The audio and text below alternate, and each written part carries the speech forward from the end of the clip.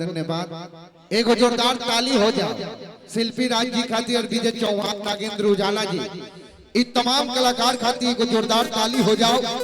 बहुत मोहब्बत और प्यार देते हुए ये गीत और संगीत से इस मंच को सजाया, दिल से धन्यवाद आप तमाम।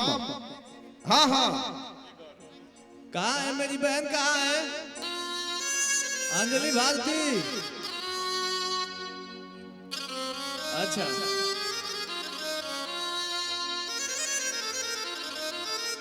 ना गई है ना, खाली पात्र परिचय करा देता नहीं।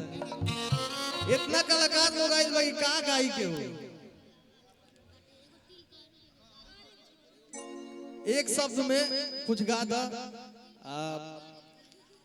ये हम अपना तरफ से फरमाइश करते हैं। हम तो चाहे बहुत ही प्यारी गायिका भैया अंजलि भारती। विजय भैया, हम चाहे कि आज तिलक चढ़ल है आ तिलकहरू लो आई लो तो यहाँ के माध्यम से एगो गाड़ी हो जाए।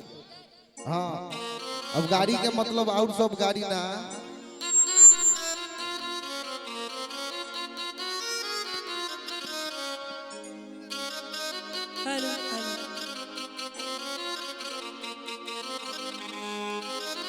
अच्छा, तिलक समारोह में हमने आइल बनी तो ज्यादा ना 2 लाइन काहे कि बहुत कलाकार लोग बा।